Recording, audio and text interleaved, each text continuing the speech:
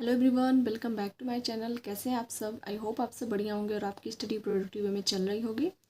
जो जून 2026 में UGC net JRF का पेपर होने वाला है, उसमें 3 महीने बचे हुए हैं। अगर दिनों की बात करें तो 90 to 100 डेज बचे हुए हैं।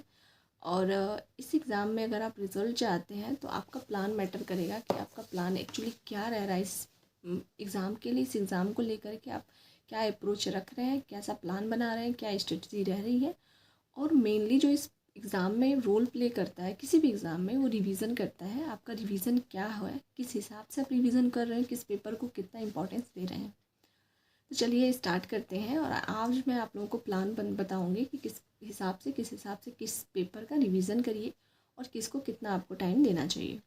तो जो स्टडी है अप्रॉक्सीमेट आप लोगों को 6 से 7 घंटे आपको तो स्टडी करनी ही होगी, तभी जाके आप रिज़ल्ट गेन कर सकते हो। ये जो 6 घंटे 7 घंटे की स्टडी है, ये 3 शिफ्ट में बटी होनी चाहिए। फर्स्ट शिफ्ट जो है वो रिवीजन का होना चाहिए। आप अगर फर्स्ट पेपर सुबह उठते हैं तो सबसे पहले आप एक फर्स्ट पेपर का मॉक दीजिए। पीवाईक्यू बुक आती है यूथ कंपटीशन की, आप ले सकते हैं। 50 क्वेश्चन है, आप 1 घंटे में उसको करने की कोशिश करिए। इससे 2 फ़ायदे होंगे कि आप फर्स्ट पेपर को 1 घंटे में कर पाते हैं कि नहीं। आप डीआई भी लगाइए साथ में, जिससे कि पता चले कि 1 घंटे आपके लिए सही है, कंप्लीट कर पा रहे हैं पेपर कि नहीं कर पा रहे हैं। दूसरी चीज़ ये होगा कि अगर आप रिवीजन साथ में कर रहे हैं फर्स्ट पेपर का, तो आपको कितना इफेक्टिव हो रहा है, आप क्वेश्चन को कैसे डील कर रहे हैं। तो फर्स्ट पेपर का पहले मॉक दीजिए। मैं ऐसे ही करती थी, सबसे पहले फर्स्ट पेपर का एक मॉक देती थी।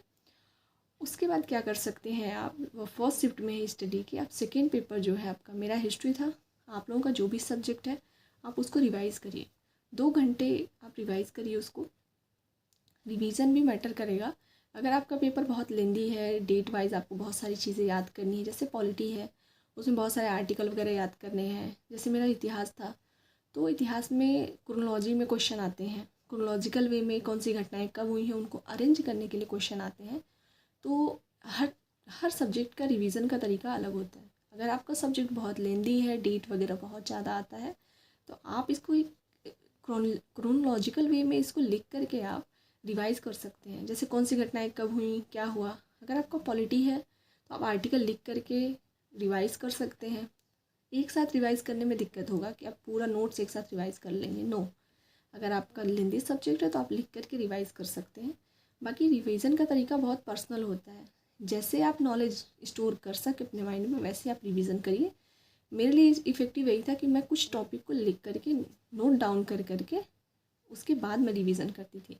नोट्स रिवीजन किया, उसके बाद उसको रफली मैं कहीं लिख लेती थी, जिससे कि मुझे चीज़ें याद हो जाती थी। आप ऐसे रिवीजन कर सकते हैं।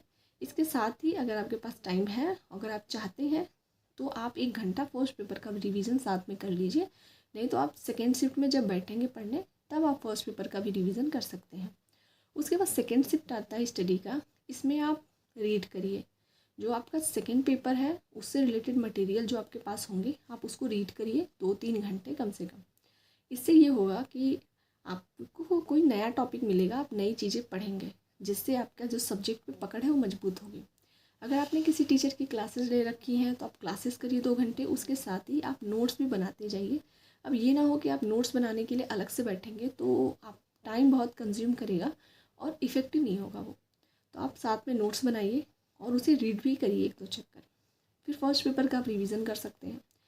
जो थर्ड शिफ्ट आपका होगा मेनली, उसमें आप जो सेकेंड पेपर आपका है, जो भी मेन सब्जेक्ट है, आप उसका एक बार एक सेट पीवाईक्यू करिए। 100 क्वेश्चन का होगा, आप एक पीवाईक्यू करिए। और इससे पता चलेगा कि आप पीवाईक्यू बेस पे आपका ये होगा कि किस क्वेश्चन के साथ आप कैसे डील करोगे।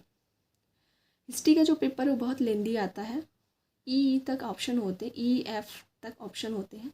आप किस ऑप्शन को पढ़ करके कैसे ट्रिक लगा रहे हैं, कैसे आपको एलिमिनेट करना है, कौन सा क्वेश्चन का आंसर नहीं होगा, ये भी आप तरीका सीखेंगे उसके साथ। तो ये पेपर आपको बहुत मैटर करेगा, आपकी रिज़ल्ट में बहुत पार्टिसिपेशन इसका बहुत ज़्यादा रहेगा। इसके साथ ही यूथ की पीवाईक्यू बुक आती है, मैंने आपको प्रीवियस वीडियोज़ में दिखाई थी। अपने रिसोर्सेज में मैंने आपको दिखाया था कि मेरे पास वो बुक है। हर सब्जेक्ट में वो आती है, आप ले सकते हैं उसको। उसमें क्या है कि टॉपिक वाइज दिया हुआ है सब क्वेश्चन, जो भी पीवाईक्यू आया है असिस्टेंट प्रोफेसर में, पीजीटी में, नेट जेआरएफ में, जो भी पेपर आए हुए हैं सबको टॉपिक वाइज दिया है। आज आपने जो भी टॉपिक पढ़ा आप उसका क्वेश्चन करिए उसके साथ ही। इससे ये पता चलेगा कि आपने जो रिवीजन किया था वो इफ़ेक्टिव है कि नहीं है। आप रिवीजन वाला टॉपिक उसके साथ करिए। आप जो नया पढ़ रहे हैं उसका टॉपिक भले मत करिए, लेकिन जो आप सुबह रिवीजन किए, अपने फर्स्ट शिफ्ट में रिवीजन किया है, उसका टॉपिक आपसे करिए। इससे आइडिया लगेगा रिवीजन आपका इफेक्टिव वे में हो रहा है या नहीं, या सिर्फ आप पढ़ रहे हो, आपका रिवाइज नहीं हो रहा है। आप उसको करिए, और कोई नई नॉलेज आपको मिलती है तो आप उसके साथ अपना नोट्स अपडेट करते जाइए कि नोट्स में ये चीज़ें होनी चाहिए, वो चीज़ आया है PYQ तो मेरे नोट्स में होना चाहिए। आप उसको नोट डाउन भी कर सकते हैं। उसके बाद आप फर्स्ट पेपर का जो क्लासेस मैंने आपको बताया था, फर्स्ट पेपर की क्लासेस करिए, नोट्स बनाइए अपने, और ये बहुत इफ़ेक्टिव रहेगा। जब आप एग्ज़ाम देने जाएंगे उससे पहले आप रिवीजन कर पाएंगे। एक शॉर्ट नोट आपके पास होनी चाहिए। इसके साथ ही जो आपका थर्ड शिफ्ट होगा वो भी मेनली रिवीजन पे ही डिपेंड करेगा। रिवीजन करना है आपको, जो भी आपने नए टॉपिक पढ़े हैं, चाहे वो फर्स्ट पेपर से रिलेटेड है या सेकेंड पेपर से रिलेटेड है, आप उसको रिवाइज़ करिए, आप उसको पढ़िए जो भी नए टॉपिक है, और उसको रिवीजन करके ही आप सोने जाइएगा। दूसरे दिन उठिए, आप सेम यही जो आपको शेड्यूल मैंने बताया आप इसको फॉलो कर सकते हैं अगर आपके लिए इफ़ेक्टिव है तो। इसके साथ ही अगर आप रिवीजन और पढ़ने का आपको रेशियो बताऊं, अगर आप 8 घंटा पढ़ रहे हैं तो आपको कम से कम 3.5 से 4 घंटा 50% 40 to 50% आपको रिवीजन को देना होगा।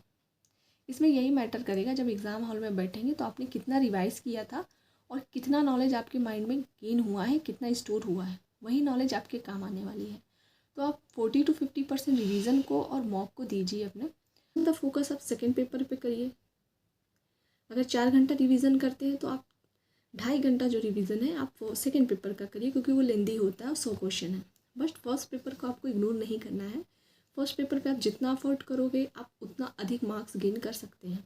जैसे आप 35-40 क्वेश्चन भी कर सकते हैं, तो ये आपका स्कोरिंग हो जाएगा। सेकेंड पेपर में हर कोई स्कोर करता है, फर्स्ट पेपर में अगर आप स्कोर करेंगे तब आपका सिलेक्शन जो है वो पक्का हो सकता है। तो इस पर ज़्यादा फोकस करिए, और इससे रिलेटेड कोई भी क्यूरीज़ हो तो आप कमेंट करिएगा, मैं रिप्लाई करूँगी।